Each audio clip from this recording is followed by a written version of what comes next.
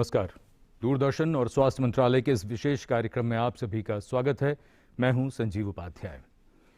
जैसा कि हम सब जानते हैं, पिछले कुछ दिनों में लगातार ओमिक्रॉन के मामले जिस तरह से बढ़ रहे हैं, उस तरह से लगातार ये चिंता बढ़ रही है कि अगर बहुत ज़्यादा लोगों को अगर संक्रमण हुआ तो उसी अनुपात में कुछ लोगों को हॉस्पिटलाइजेशन यानी अस्पताल में भर्ती होने की ज़रूरत पड़ सकती है और धीरे धीरे ये हमारी स्वास्थ्य सेवाओं पर एक बहुत बड़ा बोझ भी होगा और इससे बचने के लिए बहुत ज़रूरी है कि हम सभी होशियार रहें, सावधान रहें, क्योंकि बहुत से लोगों के मन में अभी भी ये बात कुछ लोगों के शायद कहने से उनके मन में आ गई है कि ओमिक्रॉन के तो मामले जो होते हैं वो बड़े मामूली सर्दी जुकाम जैसे होते हैं, इसलिए इससे डरने की बात नहीं है। लेकिन जब संक्रमण इतना तेजी से फैल रहा हो तो कब किस व्यक्ति में वो गंभीरता ला सकता है, इस पर बहुत ध्यान देने की ज़रूरत है। और वसीम बरेलवी का एक शेर है, उसको भी याद रखने की ज़रूरत है। वो ये कहते हैं कि आंखें मूंद लेने से खतरा न जाएगा, वो देखना पड़ेगा जो देखा ना जाएगा। तो इस स्थिति से बचना है और साथ ही साथ अगर किसी को ओमिक्रॉन का संक्रमण हो भी जाता है तो घबराने की बात नहीं है। अपना ख्याल किस तरह से रखना है और इस प्रकार के माहौल में कुल मिलाकर खुद को और अपने परिवार को और अपने आसपास के तमाम लोगों को किस प्रकार सुरक्षित रखना है, साथ ही हमें काम भी करना है। क्या करना होगा जानते हैं विशेषज्ञों से। बहुत स्वागत करेंगे। स्टूडियो में मौजूद हैं डॉक्टर राजीव दास गुप्ता, आप professor and chairperson centre of social medicine and community health, Jawaharlal Nehru university, नई दिल्ली से। बहुत स्वागत। हमारे साथ जुड़ रहे हैं डॉक्टर रणदीप गुलेरिया, जाने माने पल्मोनोलॉजिस्ट और डायरेक्टर हैं एम्स के। बहुत स्वागत डॉक्टर गुलेरिया आपका। हमारे साथ हैं देश के जाने माने हृदय रोग विशेषज्ञ, cardiothoracic surgeon doctor Devi Prasad Shetty, आप चेयरमैन और एग्जीक्यूटिव डायरेक्टर हैं नारायण हृदयालय, बेंगलुरु से। बहुत स्वागत डॉक्टर शेट्टी आपका भी। और हमारे साथ जुड़ रहे हैं डॉक्टर नीलेश बुद्ध, आप coordinator for WHO's health emergencies programme at South East Asia regional office, New Delhi. सभी मेहमानों का बहुत स्वागत। और डॉक्टर राजीव दास गुप्ता, आपसे ही चर्चा की शुरुआत करें और ये समझें कि इस समय जो ओमिक्रॉन और अगर हम यूं कहें कि डेल्टा और ओमिक्रॉन के मिलकर यानी कोरोना के जो केसेस में जो बढ़ोतरी आई है, इसको आप किस तरह का पैटर्न देखते हैं अगर हम पूरे भारत की बात करें? शुक्रिया। इस समय जो हम देख रहे हैं इसको हम ओमिक्रॉन लेड सर्ज कह सकते हैं। भारत के लिए ये थर्ड वेव है। ये सर्टनली ओमिक्रॉन लेड है, लेकिन ये नहीं कि हर केस ओमिक्रॉन का है। कुछ केसेस डेल्टा के भी हैं, क्योंकि डेल्टा इस समय चल ही रहे थे। जो ग्लोबल एक्सपीरियंस है कि धीरे धीरे ओमिक्रॉन डेल्टा को रिप्लेस कर देंगे, लेकिन वो हो सकता है कि कम्प्लीटली ना हो, तो इसलिए ओमिक्रॉन और डेल्टा दोनों को एग्जिस्ट करेंगे डेफिनेटली। ये भी हमें मालूम है कि डेल्टा के केसेस ज़्यादा सीरियस है, उसमें मौतें ज़्यादा है, हॉस्पिटलाइजेशन ज़्यादा है, कॉम्प्लिकेशन ज़्यादा है। ओमिक्रॉन के केसेस ज़्यादातर और जिसके जिक्र आपने शुरू में की, ज़्यादातर वो माइल्ड है। पर ये है तो कोविड, और कोविड के जो ख़तरे हैं वो बिल्कुल इसके साथ जुड़ा हुआ है। लॉन्ग कोविड भी है, ख़ासकर जो एल्डरली हैं, पर्टिकुलरली 75 प्लस में इसका जो प्रकोप है जी, वो डेफिनेटली सीवियर है। और एक और जो चैलेंज है जो हम सब इस समय जूझ रहे हैं जिसके साथ, कि किसी भी इंस्टीट्यूशन में, किसी भी ऑफिस में, किसी भी वर्क प्लेस में एक साथ बहुत लोगों को इन्फेक्शन हो रहा है तो वो सब आइसोलेशन में जा रहे हैं। तो एक तरह से ये ह्यूमन रिसोर्स मेल्ट डाउन का एक क्राइसिस है इंस्टीट्यूशन बाय इंस्टीट्यूशन। ये एक और महत्वपूर्ण बात है कि बहुत बड़ी संख्या में एक ही जगह पर लोग, चाहे वो परिवार की बात करें, दफ्तरों की बात करें, और जैसा कि हम सब जानते हैं कि बहुत से हेल्थ वर्कर्स भी इससे संक्रमित हुए हैं।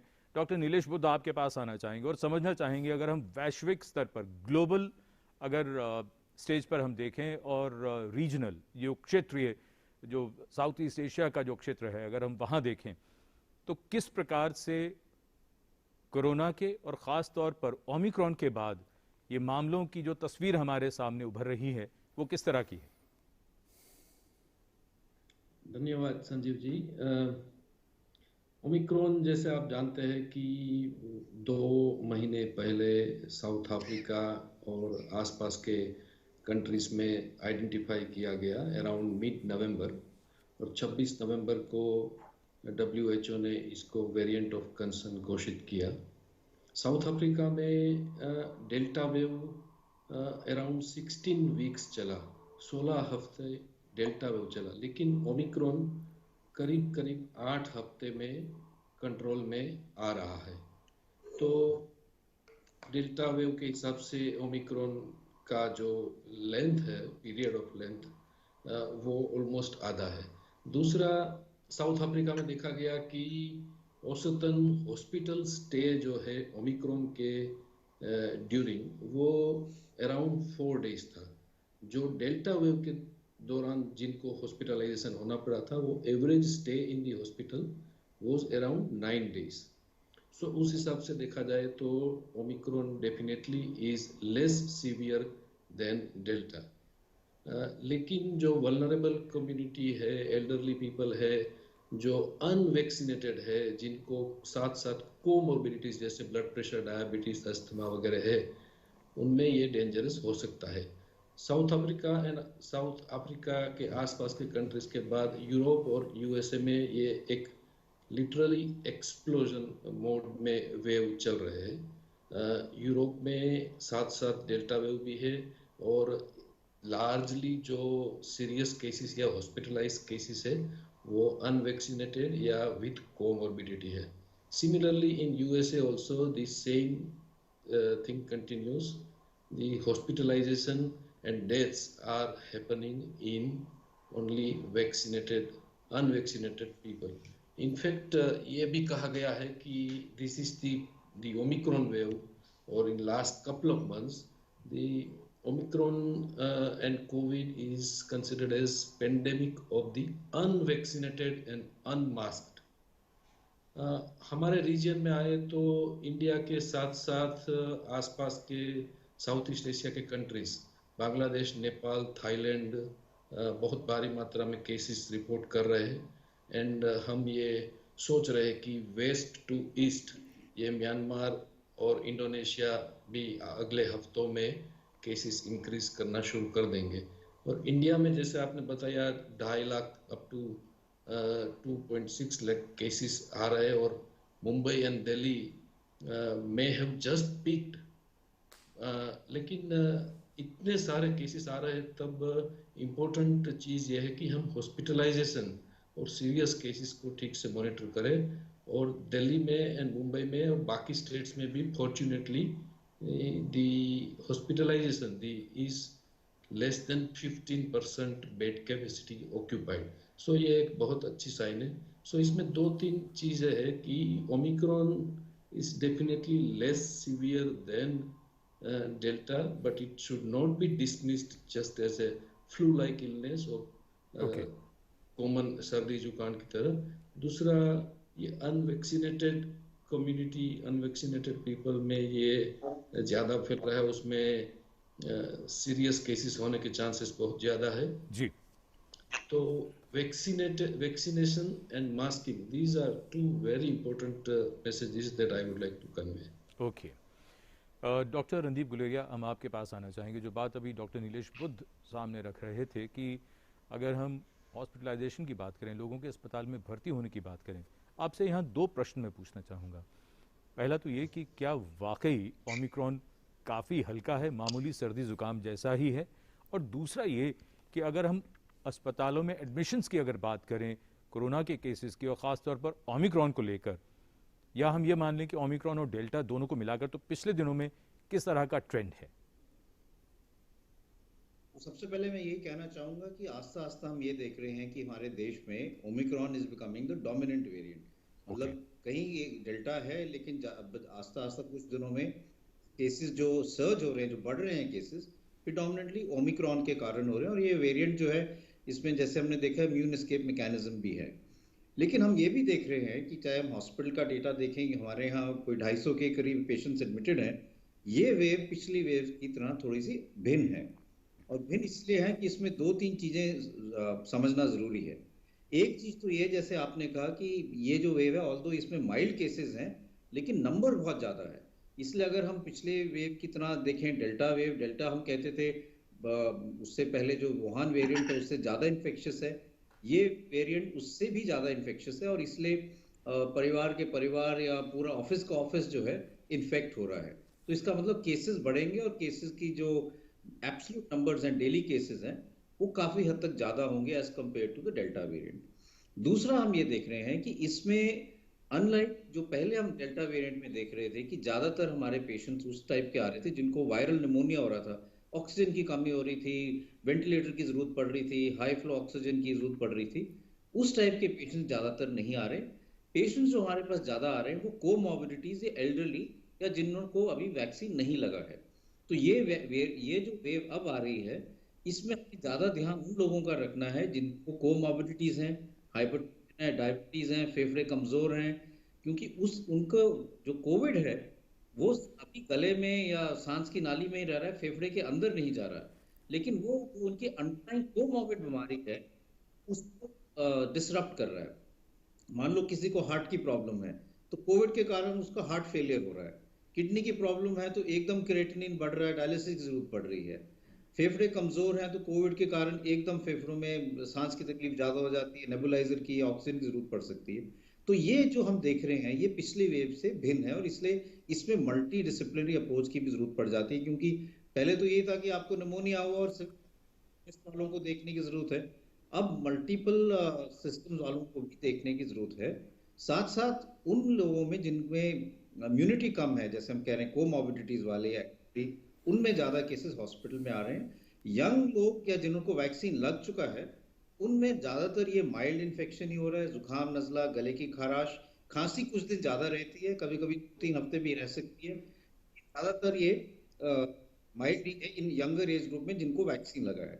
इसका इंक्यूबेशन पीरियड भी कम हो गया, क्योंकि पहले हम ये कहते थे कि 4 से 5 दिन के बाद ही आपको इन्फेक्शन होगा।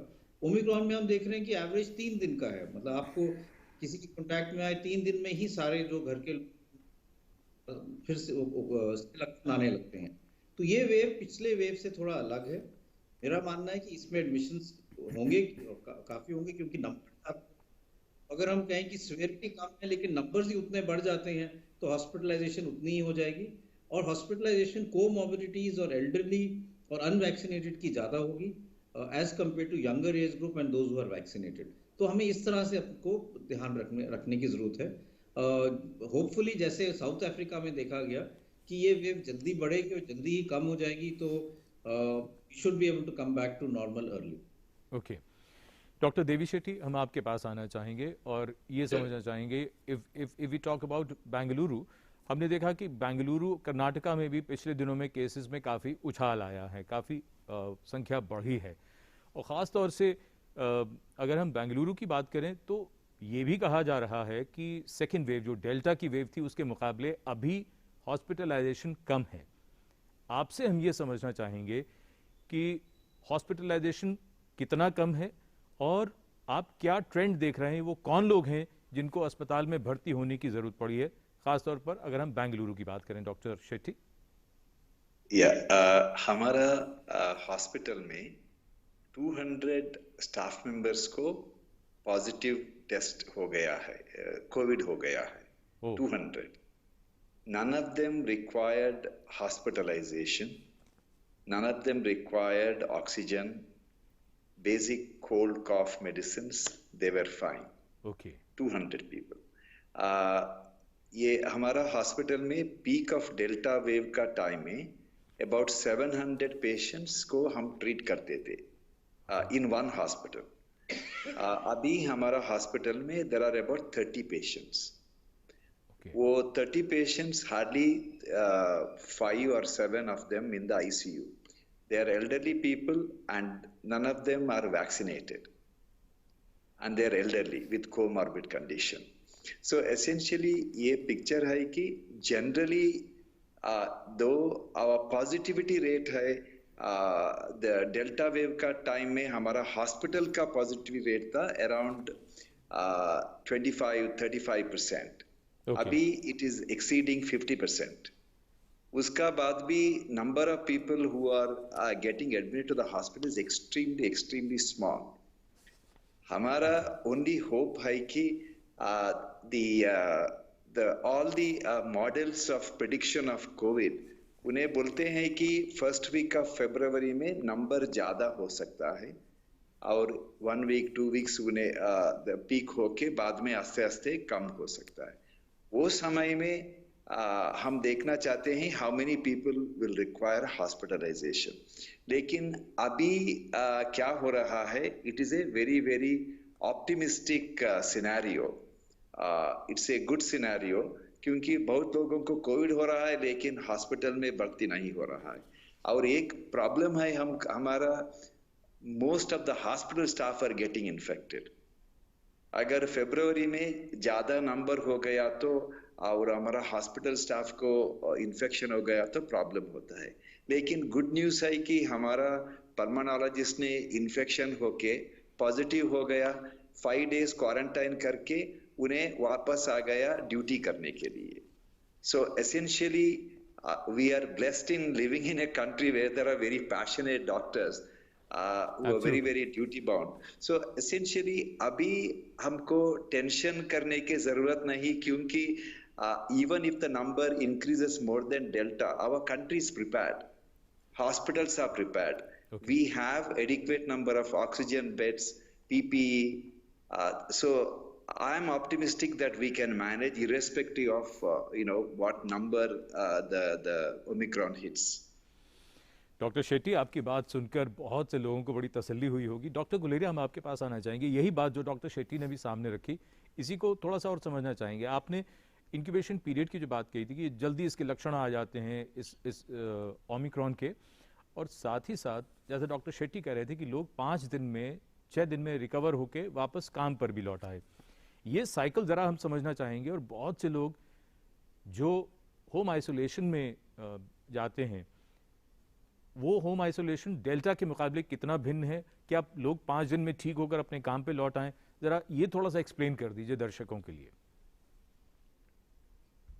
अगर हम होम आइसोलेशन की बात करें जी, तो हम ये कह सकते हैं कि इस वेव में ज्यादा से ज्यादा जो लोग हैं जो पॉजिटिव आएंगे वो होम आइसोलेशन पे ही रहेंगे और होम आइसोलेशन पे हमें फोकस करना चाहिए।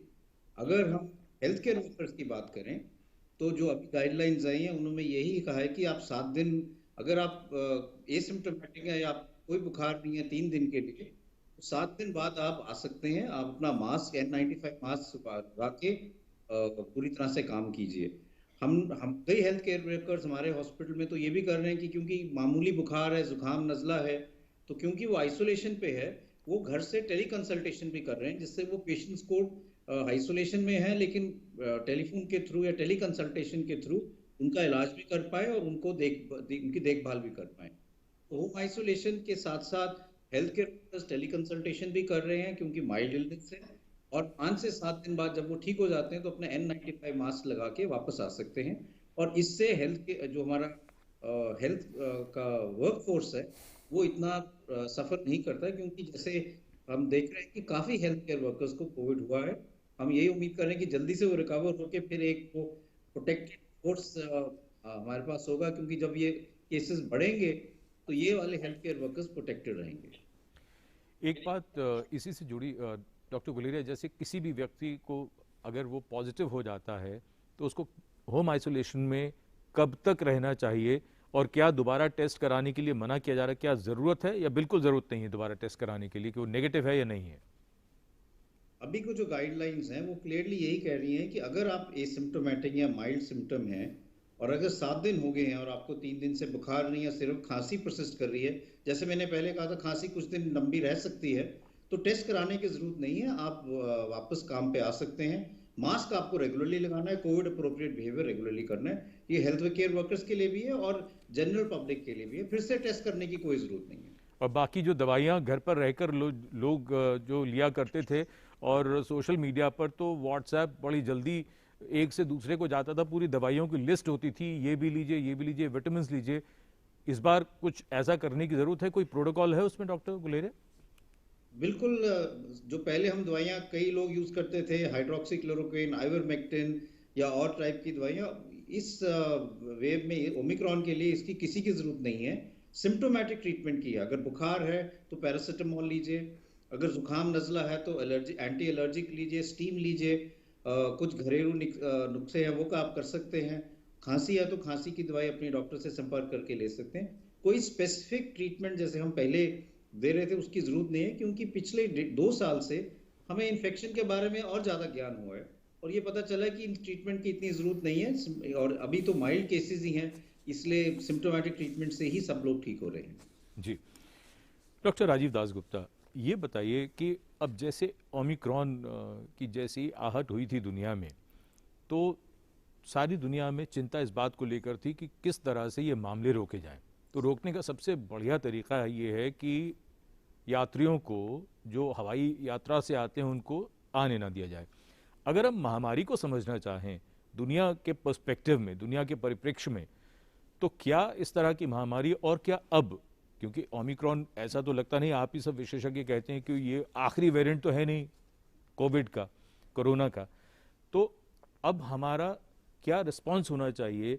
क्योंकि अब 2 साल का समय हो गया है, वही पुराना तरीका तो नहीं हो सकता कोरोना से लड़ने का। क्या ये प्रभावी कदम होगा? बिल्कुल। So omicron is certainly a new elephant in the room. ये ओल्ड एलिफेंट तो अब रहा नहीं जी। दूसरी बात यह है, जहाँ तक ओमिक्रॉन और कॉमन कोल्ड या फ्लू लाइक सिम्टम्स का जो सिमिलैरिटी जो दर्शाया जाता है, वो इस एस्पेक्ट में वो सही है कि इट्स ट्रांसमिसिबिलिटी और स्प्रेड, ये इतना quietly under the radar spread करता है जस्ट लाइक कॉमन कोल्ड। हालांकि आउटकम में ये कॉमन कोल्ड जैसा नहीं है, लेकिन स्प्रेड में ये कॉमन कोल्ड जैसा है। और इसका तात्पर्य ये है कि under the radar through wide scale global travel कहीं भी डायग्नोसिस होने से पहले ये काफ़ी फैल चुका होता है। तो इसलिए ओमिक्रॉन में जो न्यू लर्निंग है, कई न्यू लर्निंग है। एक तो यह है कि जिसे हम नॉन फार्मास्यूटिकल इंटरवेंशंस कहते हैं, लॉकडाउन, हज़ारों तरह के जो फिज़िकल रिस्ट्रिक्शंस हैं, वो नॉन फार्माकोलॉजिकल इंटरवेंशन से NPIs का जो तात्पर्य है, जो महत्व है, वो काफ़ी कम हो गया। वो इट इज़ ऑलमोस्ट इरेलीवेंट, आप कुछ भी करें, it is spreading very fast. लेकिन इसका ये मतलब नहीं है कि हम कुछ नहीं करेंगे। एक तो यह है कि कहीं भी जो इंडोर गैदरिंग है, जी, indoor gathering is highly risky. उसमें जैसे रेस्टोरेंट में खाना हो या कोई भी सोशल गैदरिंग हो, indoor gathering is extremely risky. Similarly जो आउटडोर गैदरिंग्स हैं, चाहे वो पॉलिटिकल रैली है, चाहे रिलीजियस कॉन्ग्रीगेशंस हैं, वहाँ इतने भारी संख्या में लोग इतने क्लोजली पैक्ड होते हैं, वहाँ भी उतना ही संक्रमण होगा। इसलिए ये कुछ जो स्पेसिफिक चीज़ें हैं वहाँ ज़रूर रिस्ट्रिक्शंस का गुंजाइश है।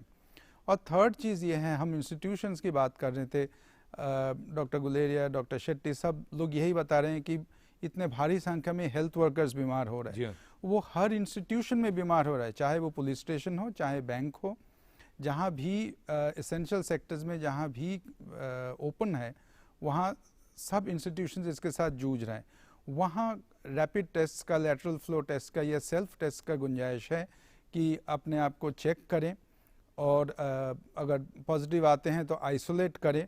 उससे ये इंस्टीट्यूशन के जो ह्यूमन रिसोर्स सिचुएशन है उसको हम कुछ हद तक मैनेज कर सकते हैं।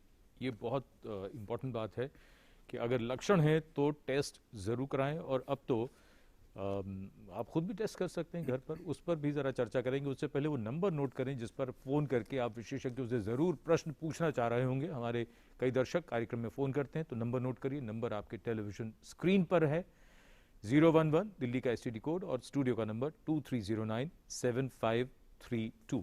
इस नंबर पर फ़ोन करें। और डॉक्टर शेट्टी, हम आपके पास आना चाहेंगे और ये समझना चाहेंगे, जो आपने हॉस्पिटलाइजेशन की बात कही थी, आपने कहा कि इस बार बहुत कम है।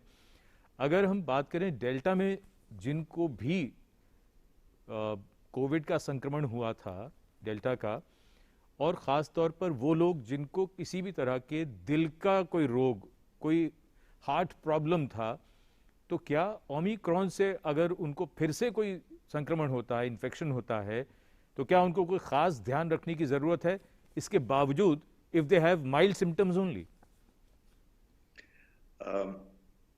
Omicron, there are few anecdotal evidence that Omicron patients को heart attack हो सकता है. No proper study has been done. Okay. लेकिन मेरा ओपिनियन है वो शायद ओमिक्रॉन का रीजन से नहीं है. लार्ज नंबर ऑफ पेशेंट्स को इंडिया में एवरीडे हार्ट अटैक होता है. उनका परीक्षा करने के टाइम में उन्हें देख लिया कि उनको ओमिक्रॉन है. It is incidental rather than responsible.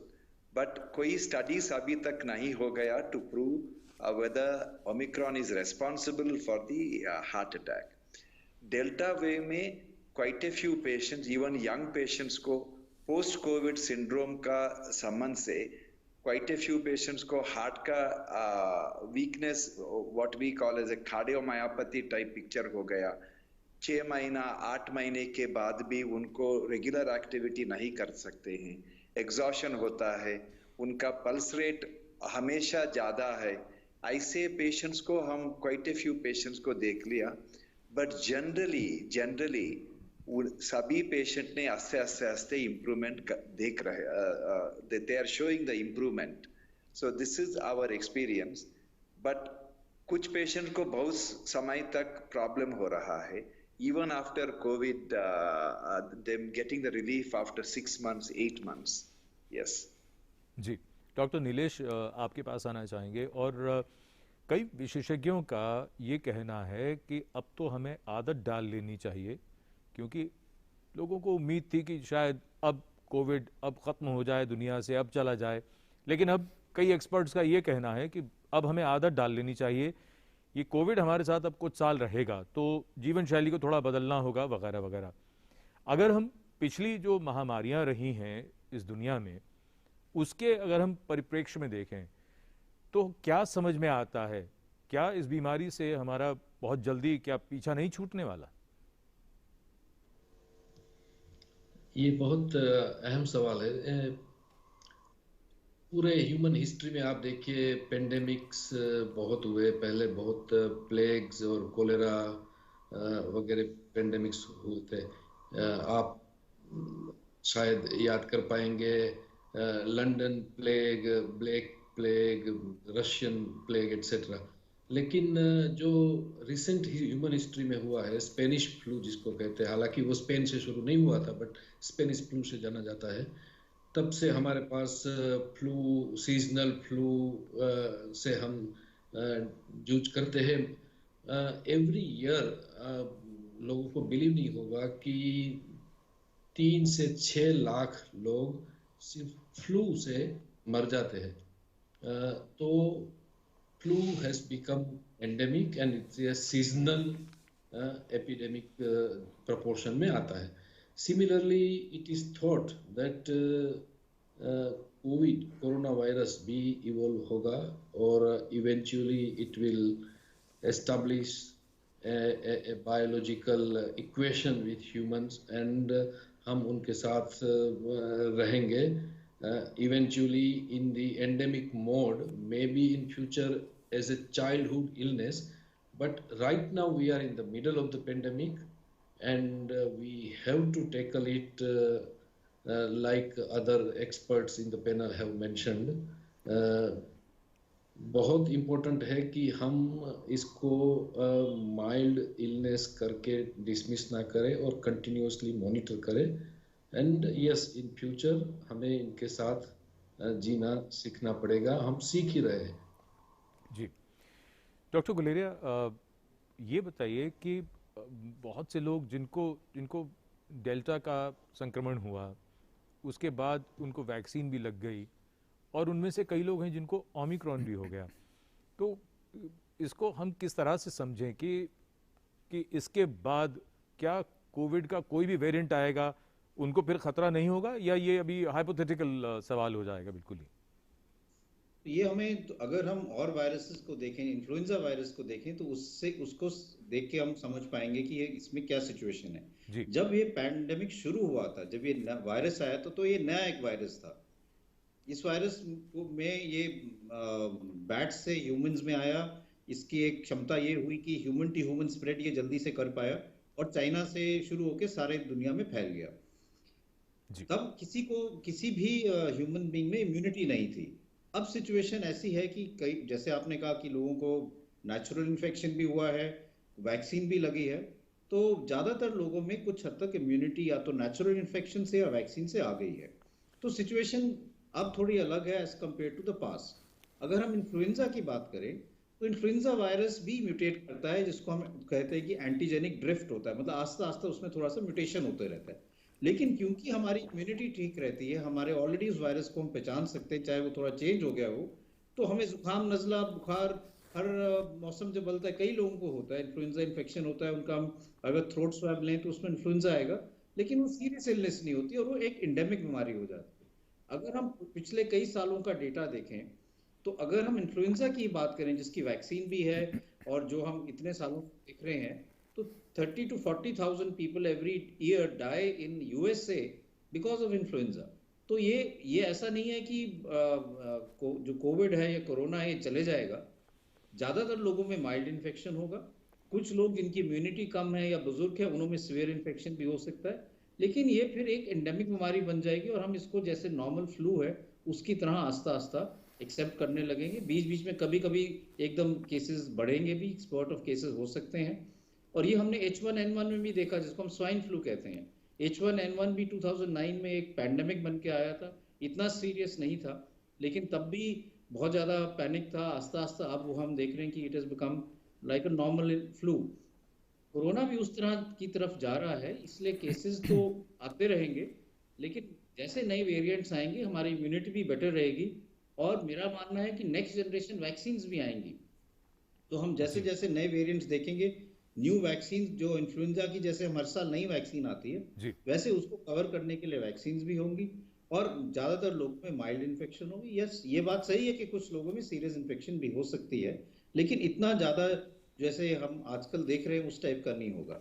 सिर्फ एक चीज मैं ऐड करना चाहूंगा, वो ये है कि कोविड को इसलिए लाइटली नहीं लेना चाहिए क्योंकि इसके साथ एक और चीज जुड़ी हुई है जिसको हम कहते हैं लॉन्ग कोविड, कि आप कोविड आपको माइल्ड भी हो आप रिकवर कर जाओगे, लेकिन कई लोग हैं जिनको कोविड रिकवरी के बाद भी कई महीने काफी तकलीफ रहती है, क्रॉनिक फटीग सिंड्रोम रहता है, ब्रेन फॉग रहता है, कई दफा लोगों की हार्ट बीट ज्यादा रहती है, पैल्पिटेशंस रहती है, छाती में टाइटनेस रहती है। इसलिए अगर आप यंगर एज ग्रुप के भी हो और आप ये सोचते हो कि आपको माइल्ड इन्फेक्शन होगा, तो ये गलत धारणा है, क्योंकि आपको लॉन्ग कोविड के कारण कई महीने भी तकलीफ रह सकती है। इसलिए इस इन्फेक्शन को माइल्डली नहीं लेना चाहिए, और कोविड अप्रोप्रिएट बिहेवियर और वैक्सीन दो ऐसे हथियार हैं जो हमें पूरी तरह से इस्तेमाल करने चाहिए। डॉक्टर गुलेरिया, जो आपने समस्याएं बताई लॉन्ग कोविड की, तो बहुत से हमारे दर्शक ये भी जानना चाहते होंगे कि इनसे हम छुटकारा कैसे पाएं या इनके साथ कैसे अपना जीवन जिएं। कई बार आप बता चुके हैं, आपसे दोबारा ये बातें समझना चाहेंगे थोड़ी देर में। उससे पहले बिहार से हमारे एक दर्शक हैं संजय कुमार टेलीफोन लाइन पर। संजय जी, बहुत स्वागत। क्या जानना चाहते हैं आप, पूछ सकते हैं, बताइए। जी, मैं अररिया बिहार से संजय बोल रहा हूँ। जी संजय जी, बताएं। जी, मैं ब्लड कैंसर का पेशेंट हूँ। अच्छा। और अभी जो कोरोना चल रहा है, अगर मुझे हो जाता है तो हम इससे कैसे निपटेंगे, ये मेरे लिए कितना खतरनाक है। अच्छा, आपको वैक्सीन लग गई है दोनों? जी, दोनों डोज में ले चुका हूँ।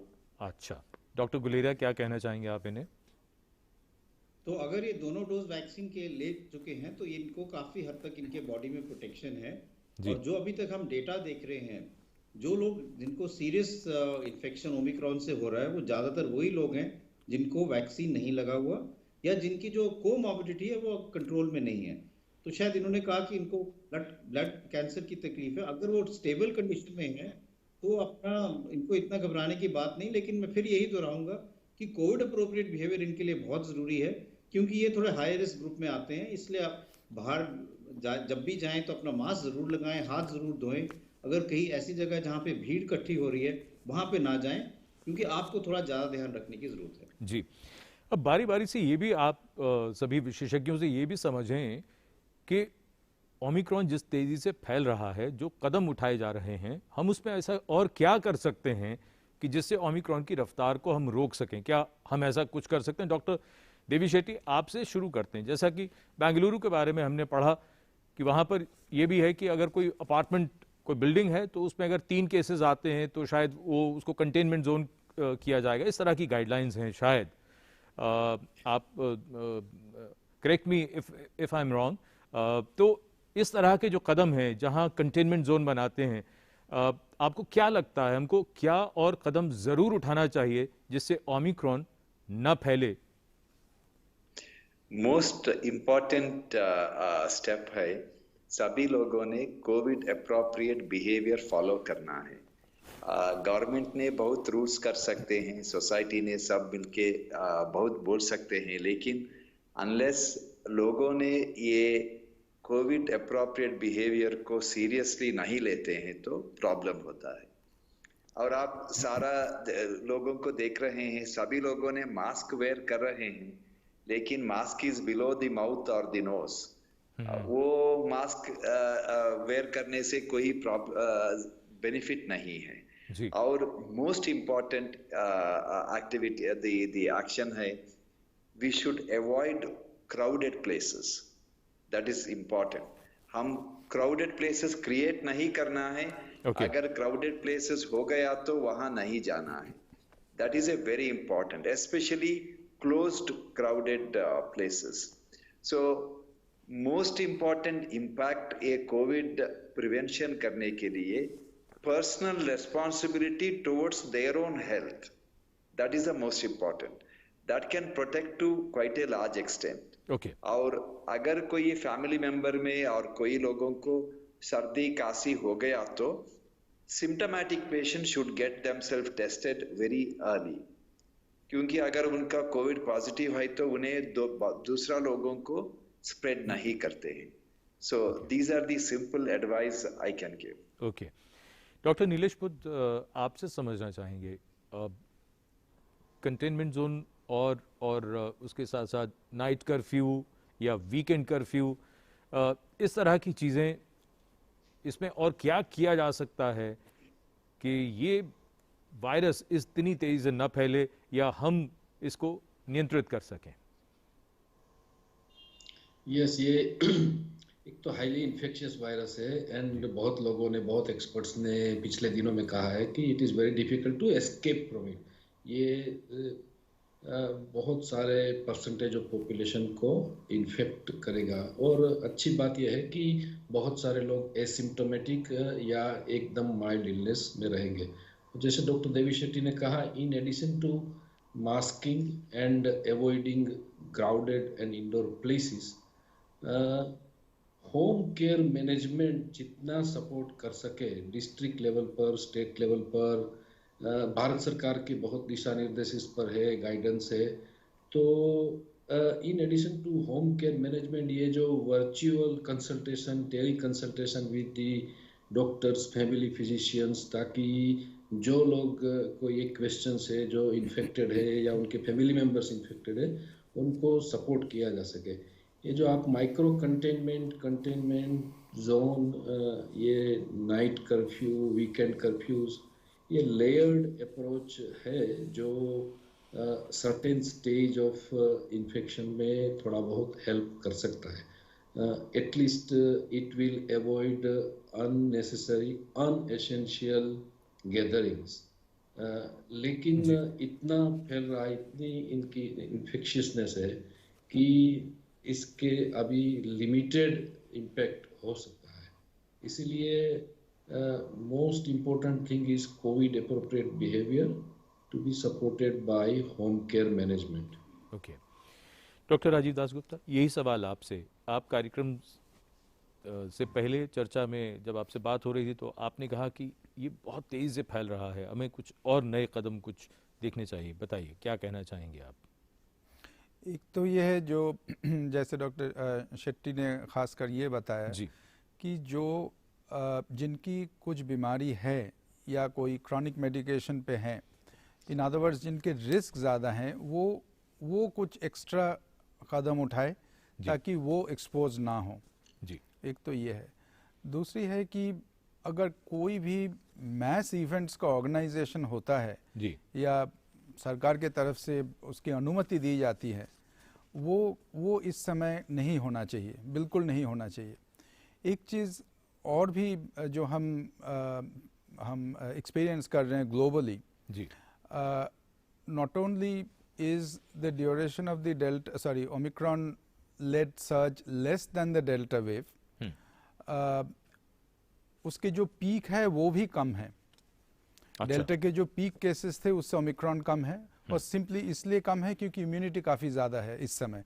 जिस स्टेज पे डेल्टा आया था उसके बाद नेचुरल इन्फेक्शन प्लस वैक्सीनेशन के कारण रिलेटिवली वो वेव का, ये भारत की बात कर रहे हैं, दुनिया भर की एक्सपीरियंस है। भारत में तो अभी हम इस बीच में हैं, बीच दरिया में हैं। जब इसको कंप्लीट करेंगे मोस्ट प्रॉब्ली यही पिक्चर उभर के आएगा। एक तो उसका वेव का जो हाइट है जी या जो पीक है वो भी कम है और ड्यूरेशन भी कम है। शुरू में डॉक्टर नीलेश ने बताया था कि डेल्टा में 14 to 16 वीक्स का था, ये लगभग 6 to 8 वीक्स मैक्सिमम इसकी अवधि है। इन अदर वर्ड्स इसका ये मकसद कहने का ये है कि this is something which we should sit out, जिसे हमें इंतज़ार करना चाहिए। चाहे वो हम शादी ऑर्गेनाइज कर रहे हैं या रैलीज ऑर्गेनाइज कर रहे हैं, वो हम 4, 6, 8 हफ्ते तो ये आप बड़ी महत्वपूर्ण बात कर रहे हैं डॉक्टर राजीव दास गुप्ता। आप ये कह रहे हैं कि अब आपकी इस बात से, हफ्तों के हिसाब से, मैं डॉक्टर नीलेश से भी अभी यही सवाल पूछेंगे उनसे, आप क्या कह रहे हैं, ये कब तक इसका पीक आ जाएगा फिर इस हिसाब से, तो कब तक हम मान ले? जो टोटल ड्यूरेशन है, अब जैसे मुंबई में या दिल्ली में पहले शुरू हुआ, वो अब हम अंदाज़ा लगा सकते हैं बेस्ड ऑन अदर एक्सपीरियंस कि लगभग 6 हफ्ते में ये मोर और लेस ये डाउनवर्ड ट्रेंड इसका आ जाएगा। The only caveat is Bharat एक बहुत बड़ा देश है, बहुत डाइवर्स देश है। In India it is always multiple epidemics, कोई एक एपिडेमिक है नहीं कि एक ही समय पे पूरे देश में अलग अलग जगह पे कहीं कम होगा, अलग अलग जगह पे अलग अलग वक्त पे ये इसका पीक आएगा। तो हम ये आशा कर सकते हैं if the global experience replicates here कि फरवरी मार्च तक पूरे देश में ये लगभग खत्म हो जाएगा अलग अलग समय पे। पर चूंकि इंटरस्टेट ट्रेवल काफी ज्यादा है, जहां देर से शुरू होगा वहां देर से खत्म थोड़ा होगा, देर तक चलेगा, लेकिन समय उतने ही हफ्ते का, आप 6 से 8 हफ्ते कह रहे हैं ज्यादा से ज्यादा। डॉक्टर नीलेश, आप क्या कहना चाहेंगे इसी बात पर? मैं भी एग्री करूंगा what doctor Rajiv Das Gupta ji has said.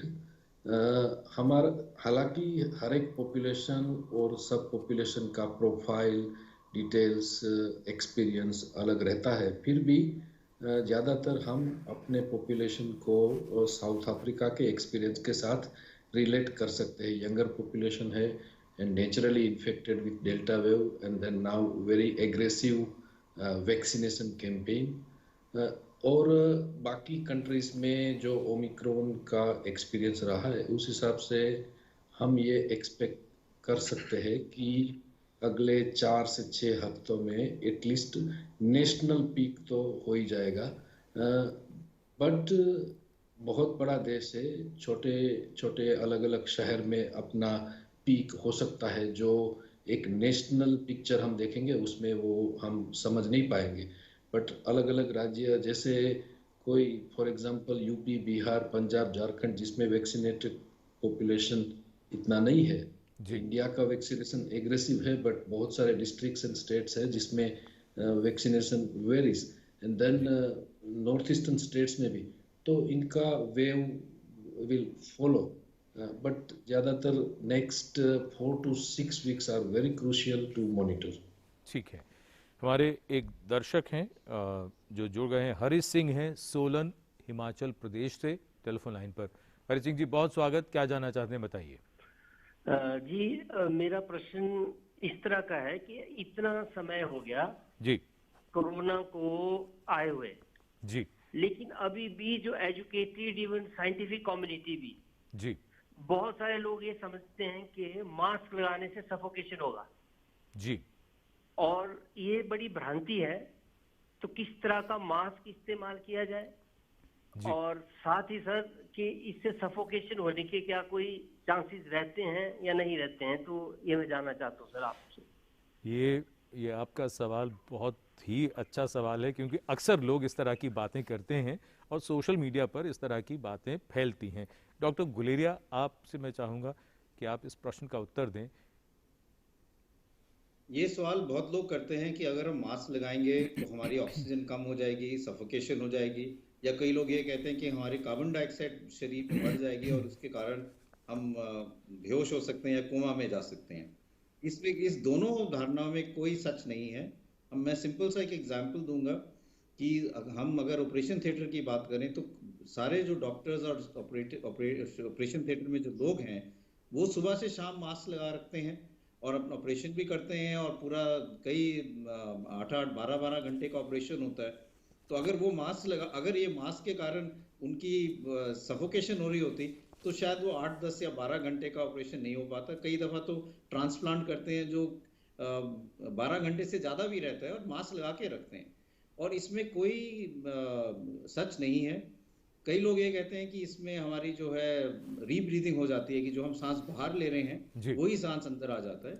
Mask के आगे जो जगह है वो बहुत कम है, जिसको हम डेड स्पेस कहते हैं, और हमारी जो टाइडल वॉल्यूम है जो हम सांस बाहर लेते हैं वो 300 से 500 ml के करीब है। इसलिए इसमें भी कोई वो सच्चाई नहीं है कि जो हम सांस बाहर ले रहे हैं वो फिर अंदर चले जाएगा क्योंकि हमने मास्क लगाया है। इसलिए इस धारणा में कोई सच नहीं है। मास्क आप आराम से पूरा दिन लगा सकते हैं, और आपको ये सोचना नहीं चाहिए कि इससे आपकी ऑक्सीजन कम हो जाएगी या कार्बन डाइऑक्साइड बढ़ जाएगी। तो मास्क लगाने से सिर्फ और सिर्फ सुरक्षा ही होती है। डॉक्टर देवी शेट्टी, अब समय है कि हम आपसे ये समझें कि जिनको लॉन्ग कोविड हुआ या जिनको ओमिक्रॉन का अभी अभी संक्रमण हुआ है, या जो आने वाले दिनों में अपने आप को सुरक्षित रखना चाहते हैं, वो अपने दिल का और अपनी सेहत का कैसे ख्याल रखें? क्या चीज़ें, if we talk about dos and don'ts, क्या आप सजेस्ट करना चाहेंगे डॉक्टर शेट्टी? मेरा एडवाइस है सभी हार्ट पेशेंट्स ने आज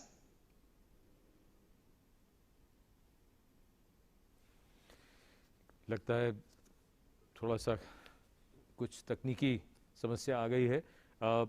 डॉक्टर गुलेरिया, आपसे हमें दो प्रश्नों पे चर्चा करनी थी। पहला तो जो हम जानना चाह रहे थे कि जिनको लॉन्ग कोविड है, आपने खुद जिक्र किया कि उनमें पल्स रेट बढ़ जाता है या और उनको शरीर में दर्द वगैरह की समस्या होती है, वो क्या करें? और साथ ही साथ आपसे एक सवाल हमें पूछना था, जो घर में किट लाकर जो टेस्टिंग की जो बात है, तो पहले जिनको लॉन्ग कोविड है या जिनको ओमिक्रॉन का भी संक्रमण हुआ है, वो किस तरह से अपनी सेहत ठीक रखें?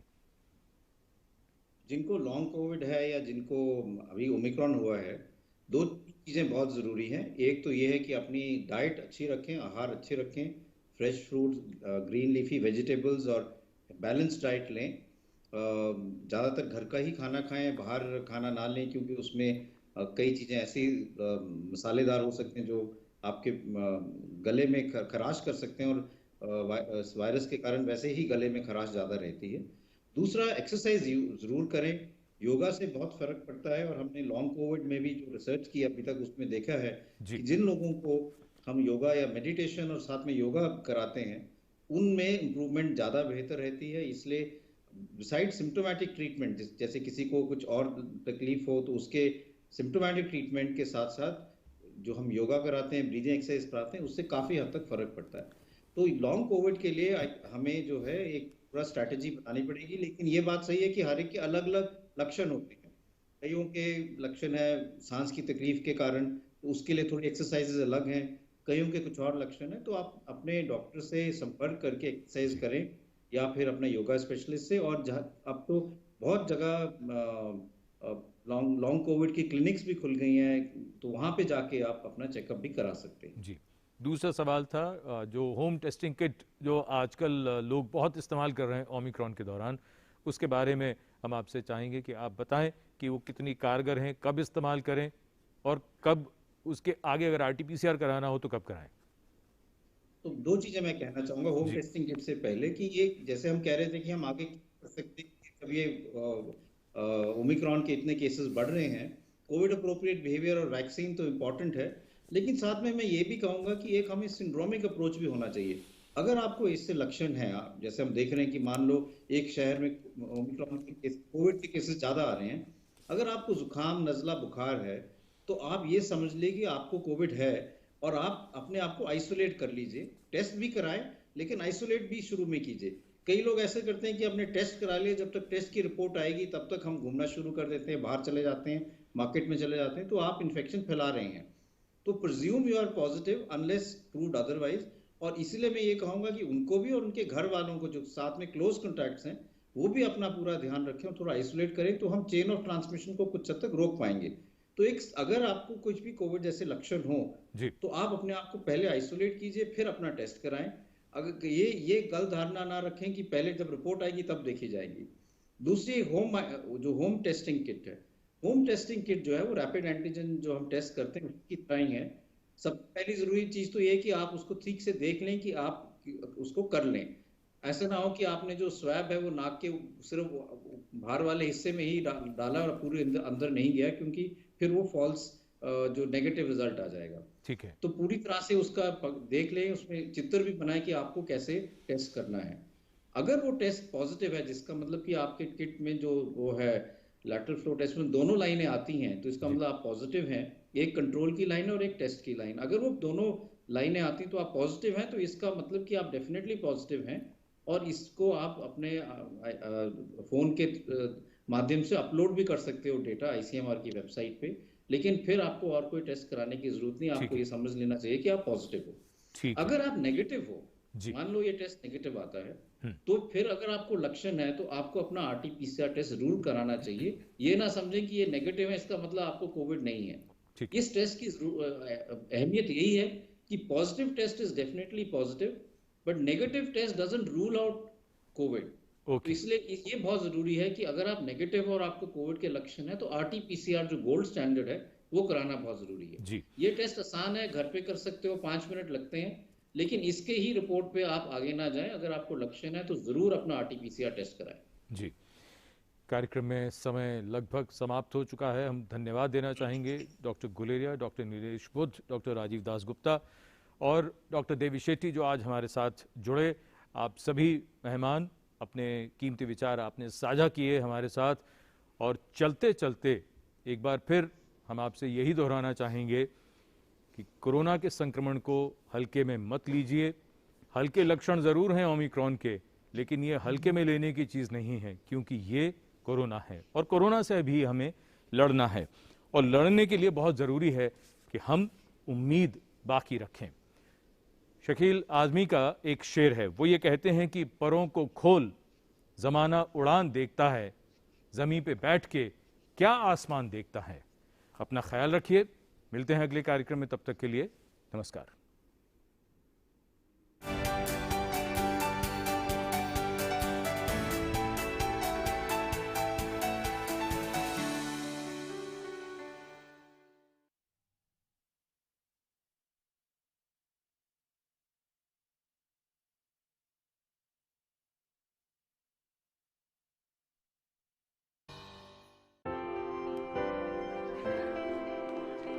हाय, आप अपनी पहली सैलरी कैसे खर्च करेंगे?